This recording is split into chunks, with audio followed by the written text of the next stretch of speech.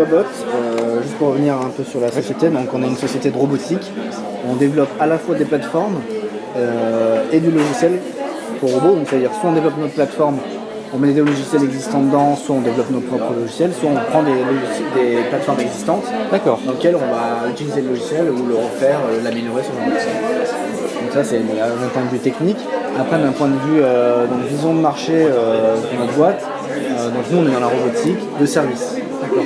C'est une boîte française. On est à Lyon, à Lyon. Villeurbanne exactement. Donc nous on fait des robots de service, donc c'est-à-dire pas de militaire, pas d'industriel. D'accord. Nous, peut-être des hôpitaux, des choses comme ça. Voilà, ça le médical, le pédagogique, l'éducatif on va dire, le téléprésence et le domotique. Aujourd'hui on va dire c'est les 4 sujets qu'on traite.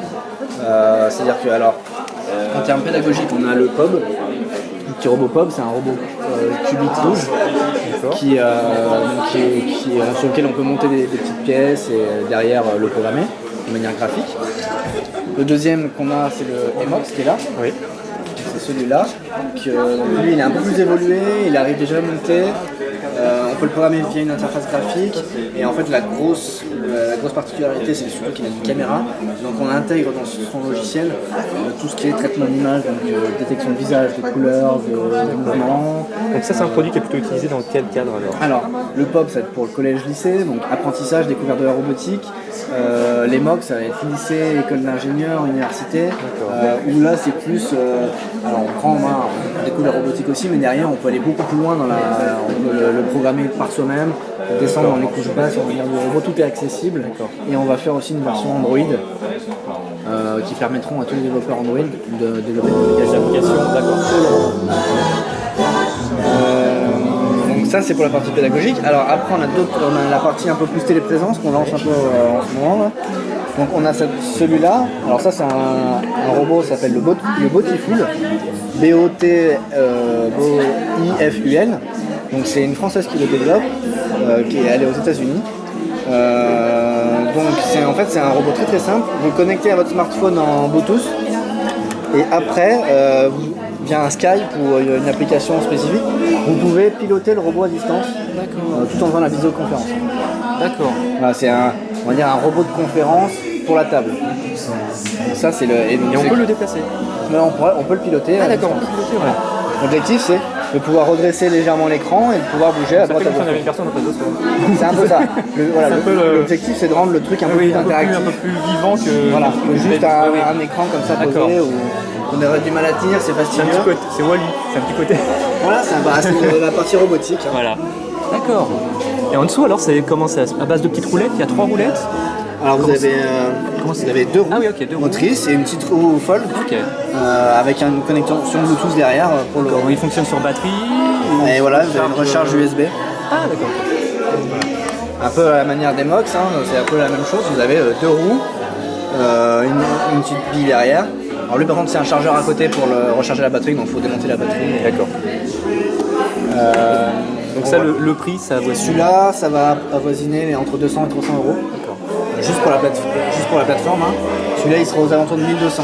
D'accord. C'est distribué où exactement? C'est pas encore distribué. Non, c'est en cours de négociation. D'accord. Et alors après pour la téléprésence, vous avez celui-là aussi, donc le VGO. Alors ça c'est la première fois qu'on le présente en France. C'est le premier qui est venu. Donc c'est un produit américain. D'accord. Qui permet de faire la téléprésence. Donc vous avez une application à iPhone, Android que vous pouvez télécharger ou sur PC et vous installez et ensuite via internet et via votre Wi-Fi chez vous, vous pouvez vous connecter au robot et du coup l'utiliser en tant que robot téléprésence. Donc c'est-à-dire que vous pourrez voir ce que voit le robot et entendre ce qu'il entend. D'accord, et les personnes absent chez soi, genre en dehors de chez soi, avoir accès par exemple, si le robot est chez vous, vous êtes pas chez vous avec votre smartphone, vous pouvez contrôler ce qui se passe chez vous, ou discuter avec les gens parce que les gens vous verront dans l'image ici et entendront ce que vous dites. Voilà, ça va pas bien plus loin aujourd'hui. Alors après, on a différents usages qu'on prévoit. Donc il y a cette partie téléconférence. Et puis le côté accueil peut-être, ou des choses comme ça. Voilà, alors on peut faire ça.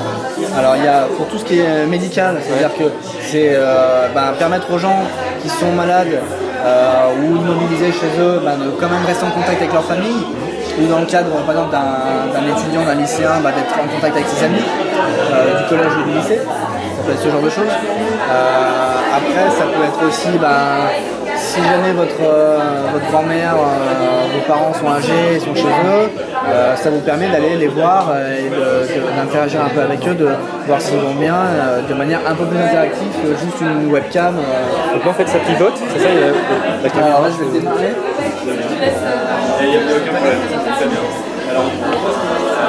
Le robot démarre. On voit que je me suis connecté. Donc ensuite il va utiliser la caméra de l'ordinateur pour la projeter ici, et moi je vois ce que voit le robot. Là je peux piloter entièrement le robot.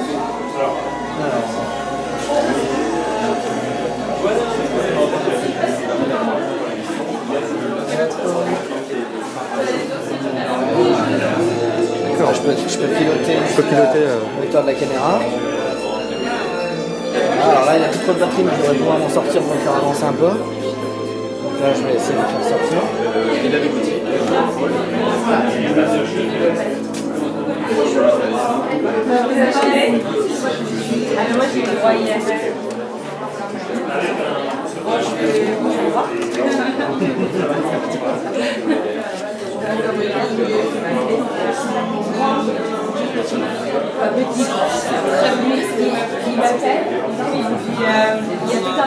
Donc ça c'est le haut-parleur qui se trouve juste, c'est quand tu veux parler avec les personnes ou c'est par là? Je ne peux pas te dire exactement, mais Il y a un système qui est dans le coin là. micro, parleur. D'accord. Je pense que ça c'est plus une ventilation pour. Ah oui, ventilation pour le refroidir. Je pense.